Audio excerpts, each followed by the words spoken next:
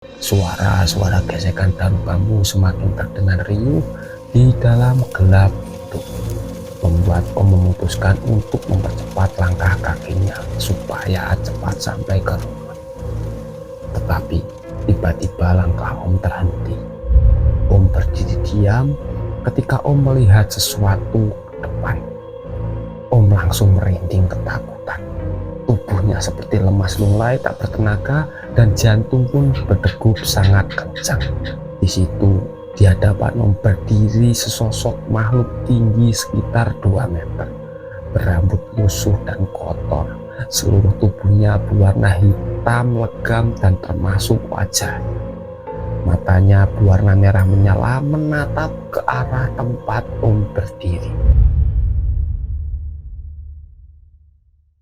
Assalamualaikum warahmatullahi wabarakatuh. Halo semua sobat Cipta Cerita dimanapun kalian berada. Kembali lagi bersama saya Anto selaku announcer dari kisah horor Cipta Cerita Dayali. Oh ya, bagi kalian yang baru gabung, kalian bisa bantu kami dengan menekan tombol subscribe agar channel kami semakin berkembang dan kami menjadi bersemangat untuk membuat konten buat kalian. Oh ya, bagi kalian yang sudah subscribe, kami ucapkan terima kasih banyak pada kalian dan kami doakan agar kalian selalu diberi kesehatan, diberi kelancaran rezeki dan selalu diberi kesehatan. Amin. Oh iya, pada kisah kali ini kami akan menceritakan kelanjutan kisah kemarin ya, yang dimana ketika Wahyu pingsan, Om kala itu masih sadar sendirian dan berhadapan langsung dengan pocong yang bangkit dari keranda.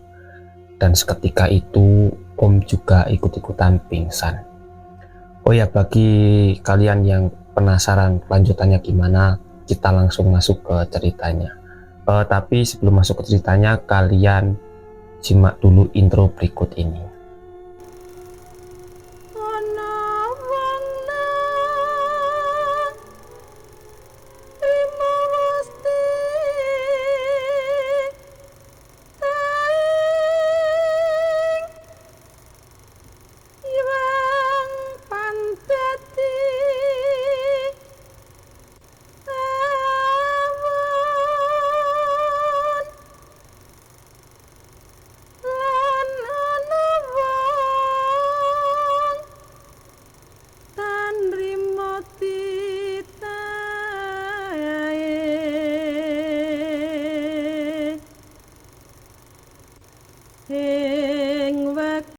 Tak terasa hampir 6 bulan Om menjalani hidup dan bekerja di tempat terpencil ini.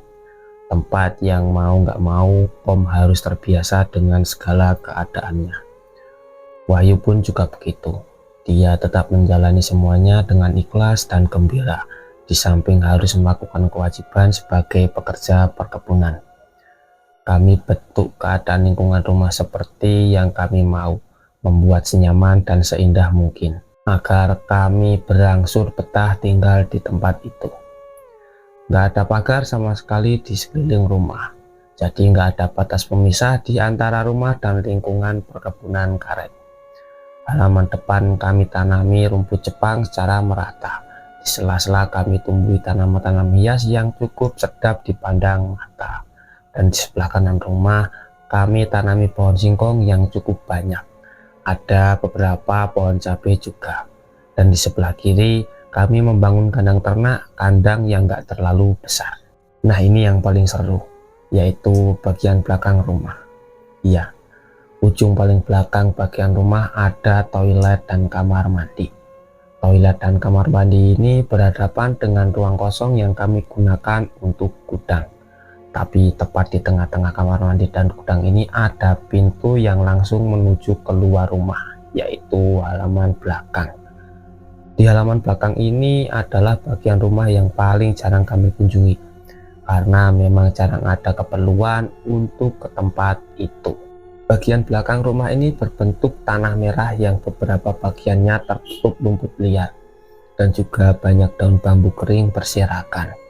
Pohon-pohon bambu tumbuh berkelompok beberapa meter setelah pintu di belakang rumah. Daun-daun bambu kering itu tentu saja berasal dari pohon bambu yang banyak tumbuh di bagian belakang rumah. Mereka tumbuh berkelompok. Banyaknya pohon-pohon bambu yang cukup rapat itu membuat suasana sekitar menjadi rindang dan cenderung gelap walaupun pada siang hari. Apabila angin bertiup, akan terdengar suara daun-daun pohon bambu yang bergesekan dengan daun bambu yang lainnya. Semakin kencang angin yang bertiup, maka suaranya akan semakin keras terdengar. Semakin keras angin juga akan menimbulkan suara batang bambu yang saling bersinggungan satu dengan lainnya dan akan saling memukul. Trok, trok, trok. Kurang lebih seperti itu suaranya. Nah, suara pohon bambu itu cukup seram apabila angin yang bertiup cukup kencang, apalagi saat di malam hari. Pohonan bambu ini cukup luas, kira-kira sampai sekitar 100 meter persegi luasnya. Apabila kita berjalan terus menyusuri, pada ujungnya akan menemui wilayah tanahnya yang agak menurun, dan di bawahnya mengalir sungai kecil yang cukup jernih airnya. Sungai ini akan berubah menjadi sungai yang cukup besar ketika musim penghujan tiba. Seperti yang sudah diceritakan di awal, ini adalah wilayah yang cukup jarang kami kunjungi karena memang bukan wilayah perkebunan. Di samping itu juga karena wilayah ini cukup menyeramkan, bahkan siang ataupun di malam hari. Kecuali terpaksa, kami nggak akan pernah masuk ke situ. Nah, pada suatu sore menjelang maghrib, Wahyu harus masuk ke wilayah pepohonan bambu itu dengan tujuan untuk mencari beberapa ayam kami yang belum pulang ke kandangnya. Waktu itu Om nggak ikut. Om hanya duduk menunggu di kursi kayu yang ada di sebelah kiri rumah dan di depan kandang ayam. Hati-hati yuk, jangan lama-lama, ini sudah mau gelap, ucap Om Wahyu sebelum Wahyu berangkat. Iya Pak, sebentar saja kok.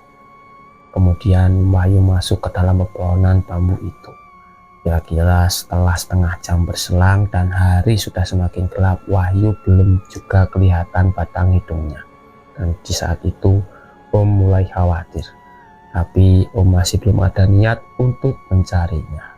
Beberapa menit kemudian tiba-tiba muncul beberapa ayam yang Wahyu cari sejak pagi. Ayam-ayam muncul bebarengan dari arah belakang rumah, tetapi hanya ayam itu saja yang muncul, sedangkan Wahyu belum juga terlihat. Di situ Om langsung bergegas mengiring ayam-ayam itu untuk masuk ke dalam kandang. Setelah semuanya selesai masuk dalam kandang, Om kembali duduk seperti semula. Di situ Om mulai sangat khawatir ketika belum juga ada tanda-tanda kemunculan Wahyu, dan kemudian Om memutuskan untuk mencari Wahyu ke belakang rumah. Wahyu, Yu, di mana kamu? Teriak Om memecah keheningan sore itu, tapi belum juga ada jawaban juga dari Wahyu. Dan di situ akhirnya Om memutuskan untuk masuk ke dalam pohon bambu untuk mencarinya. Langkah Om bergesekan dengan tanah yang tertutup dedaunan kering adalah satu-satunya suara yang terdengar, dan di situ nggak ada suara sautan dari Wahyu. Wahyu, indah sore, di mana kamu? Kenapa nggak pulang-pulang? Itu ayammu sudah pulang. Kembali Om memanggil namanya, tetapi belum juga ada jawaban. Tiba-tiba angin bertiup cukup besar, menggerakkan daun-daun bambu dan menghasilkan suara yang cukup menyeramkan. Batang-batangnya bersinggungan satu dengan yang lain. Di situ perasaan Om mulai nggak enak, tetapi Om harus terus berjalan menyusuri pepohonan bambu itu dan terus mencari keberadaan Wahyu yang belum juga terlihat penampakannya. Hingga pada akhirnya Om sampai di ujung wilayah itu. Di depan Om sudah ada sungai kecil yang pada waktu itu airnya mengalir cukup deras. Wahyu belum juga kelihatan, belum juga ada tanda-tanda keberadaannya. Di situ Om sudah berdiri di bibir sungai dan melemparkan pandangan ke seluruh wilayah itu untuk mencari Wahyu, sebelum akhirnya memutuskan untuk berjalan kembali ke rumah karena hari sudah gelap. Berjalan pelan-pelan menyusuri pohon bambu, langkah Om sedikit melambat dikarenakan hari sudah gelap. Berbeda dengan ketika Om berjalan melaluinya ketika berangkat tadi. Angin masih bertiup cukup kencang.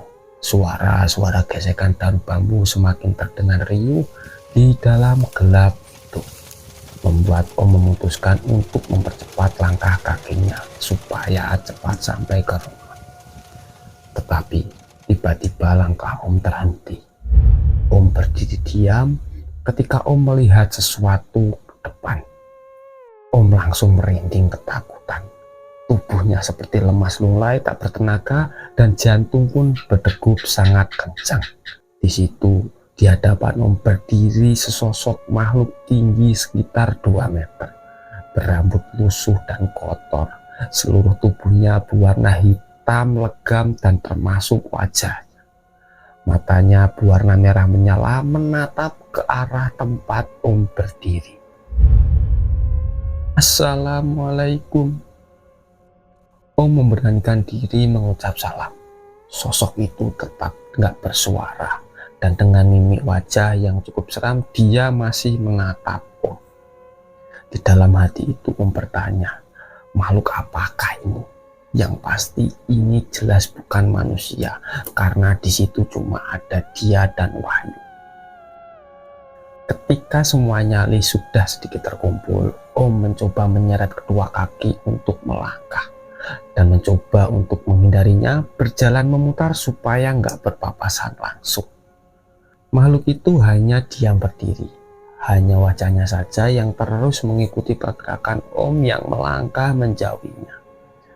Om semakin mempercepat langkah kaki ketika rumah sudah terlihat beberapa meter di depan. Gak sekalipun Om berani untuk melirik ke arah belakang. Alhamdulillah akhirnya sosok itu gak terlihat lagi. Dan sesampainya di rumah, Om langsung masuk dan mengunci pintu.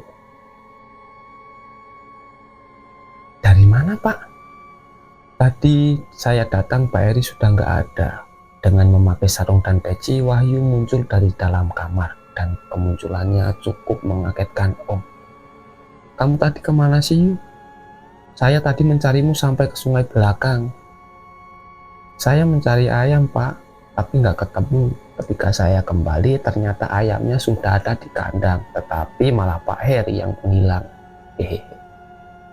Ya sudah, saya mandi dulu, terus kita sholat yuk. Om menutup percakapan sore itu yang cukup aneh.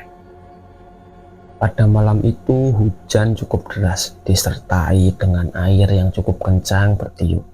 Angin juga bertanggung jawab menggerakkan dedaunan pada pohon-pohon sehingga menghasilkan suara, entah dari pepohonan karet ataupun dari pepohonan bambu yang ada di belakang.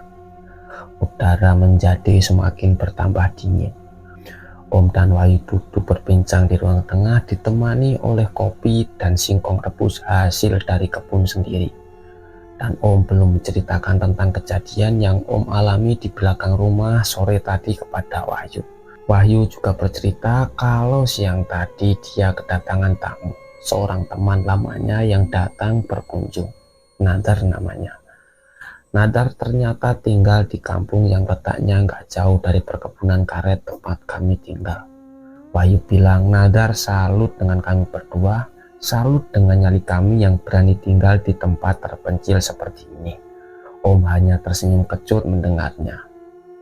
Kalau bisa memilih, aku akan pergi meninggalkan tempat ini secepatnya. Begitu kira-kira ucap Om dalam hati. Di situ jam sudah menunjukkan pukul 11 malam. Hujan deras turun tanpa sedikit pun berkurang intensitasnya, dan beberapa sudut rumah terlihat bocor. Air menetes dari atap dan beberapa tempat sudah kami letakkan ember yang ada di bawahnya supaya air nggak meluber kemana-mana.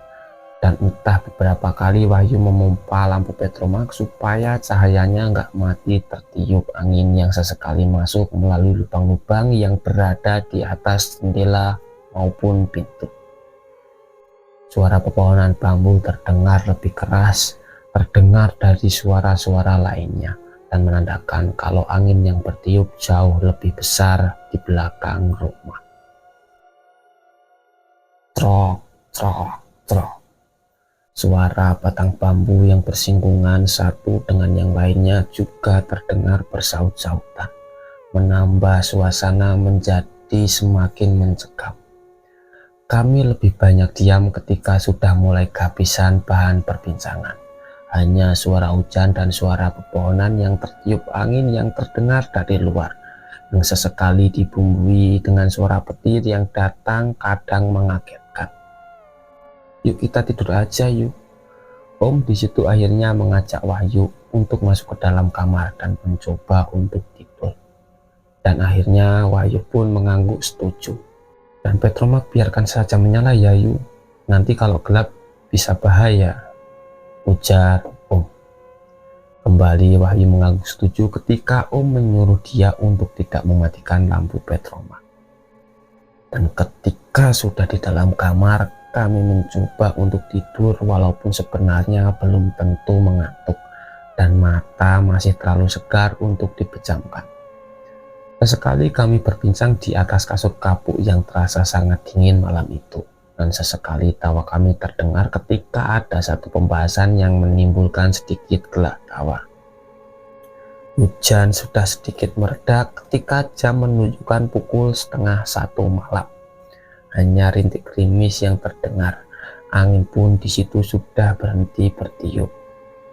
Suara dari luar berganti dengan suara katak dan suara binatang malam yang bersaut-sautan. Tiba-tiba di situ kami terdiam.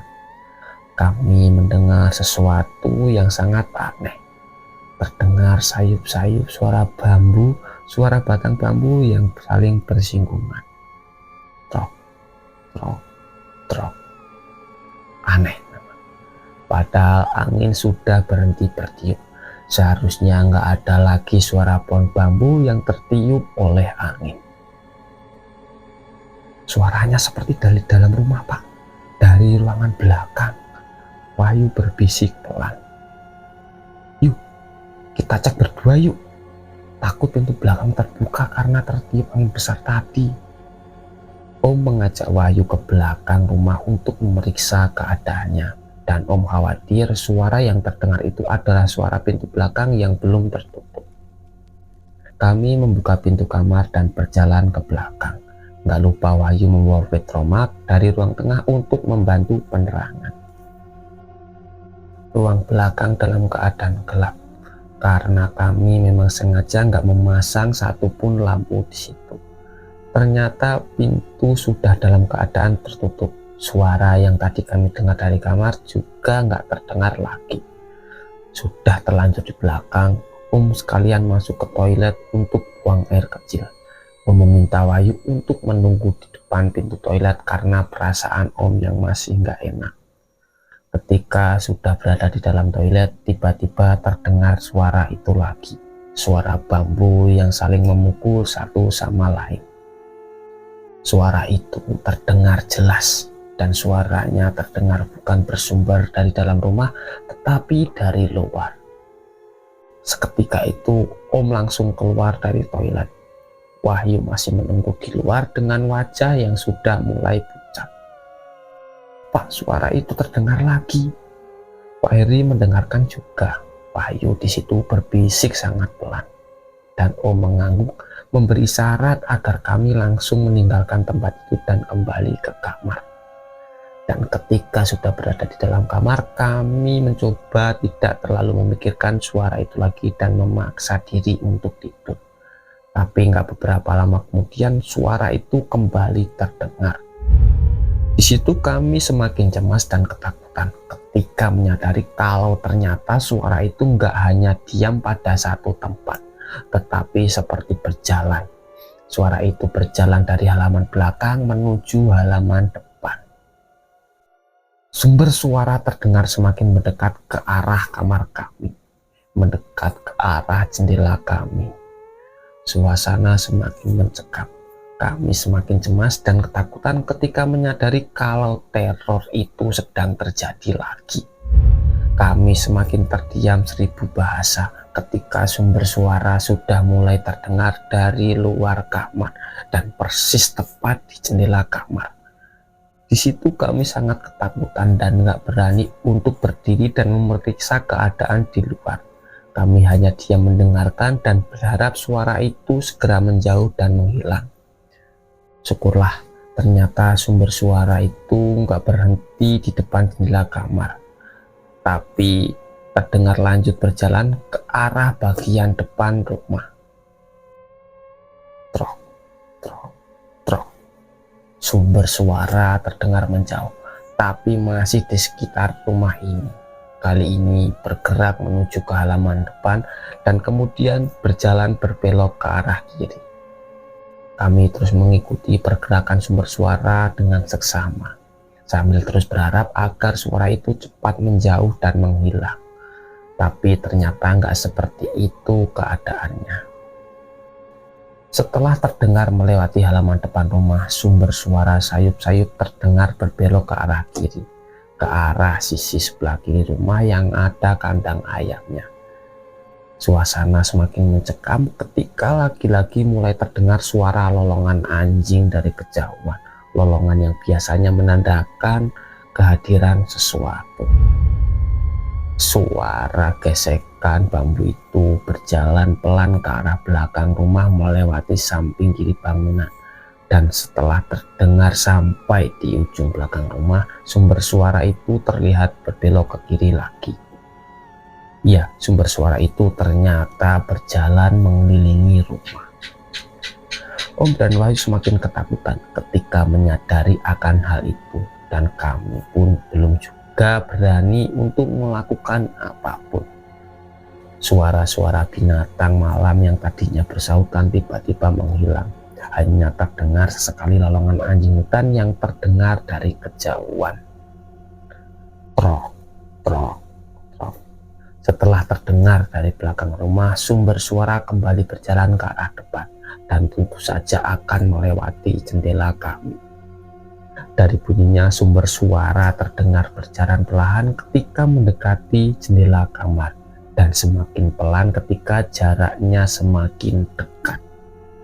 Om dan Wahyu menahan nafas, berusaha nggak menimbulkan suara sekecil apapun, dan ketika sumber suara itu terdengar berhenti tepat di depan jendela kamar, trok, trok, trok.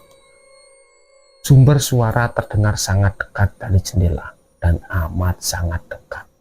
Dan kenapa kami merasakan hal itu? Karena selain suara bambu yang dipukul-pukul, terdengar juga suara nafas dari belik jendela. Suara hembusan nafas yang cukup panjang terdengar dari sela-sela suara bambu. Lagi-lagi kami terdiam dan hampir secara bersamaan kami melirik ke arah jendela. Jendela yang terbuat dari kayu itu bergoyang pelan, seperti ada yang berusaha membukanya dari luar.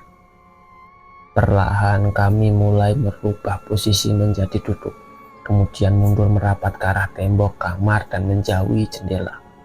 Dan tiba-tiba jendela itu perlahan mulai terbuka. Kami semakin diam dan ketakutan. Jendela itu terbuka semakin lebar, dan ketika semuanya sudah terbuka seluruhnya, barulah kami dapat melihat dengan jelas sumber suara yang sejak tadi bergerak mengelilingi rumah. Dari luar jendela kami melihat ada beberapa sosok yang berdiri diam menatap ke arah kami. Sosok yang persis sama wujudnya dengan sosok yang Om lihat tadi sore sewaktu mencari Wahyu di pepohonan bambu yang ada di belakang rumah. Kalau sore tadi hanya terlihat satu sosok, kali ini ada beberapa yang berdiri, lebih dari 3 sosok yang terlihat dari dalam. Sosok tinggi besar hitam dengan mata menyala merah berdiri menatap kami di luar jendela, dan masing-masing memegang 2 batang bambu yang cukup panjang. Sesekali mereka masih memukul 2 batang bambu itu dengan mata tetap melepaskan ke arah pandangan kami. Kami lagi-lagi di situ sangat ketakutan, dan Om bergerak perlahan menuju pintu kamar dan sambil menarik Wahyu yang tampak terlihat sangat ketakutan. Kami bergerak perlahan dan berharap makhluk-makhluk itu tetap berada di tempatnya, dan hingga pada akhirnya kami berhasil keluar kamar dan Wahyu menutup pintu dan menguncinya dari luar. "Ayo Pak, kita harus pergi dari sini," Wahyu membuka pintu depan dan buru-buru mengeluarkan motor. Di situ nggak ada pilihan lain. Om harus mengikuti kemauan Wahyu. Ayo Pak, cepat. Wahyu memaksa Om untuk cepat naik ke atas motor ketika Om terlihat mengalami kesulitan untuk mengunci pintu rumah. Ah sudah Pak, jangan kunci, biarkan saja. Nada suara itu semakin tinggi. Dan akhirnya Om tinggalkan pintu dalam keadaan tidak terkunci. Trok, trok. Tiba-tiba terdengar suara itu kembali. Dan ternyata makhluk-makhluk menyeramkan itu sudah berdiri di halaman rumah. Berdiri tepat di sebelah kanan Wahyu yang sudah berada di atas motor. Dan itulah alasannya kenapa Wahyu sangat panik. Om cepat meloncat ke atas motor setelah Wahyu langsung tancap gas. Kami pergi ke daerah kota meninggalkan rumah pada tengah malam buta.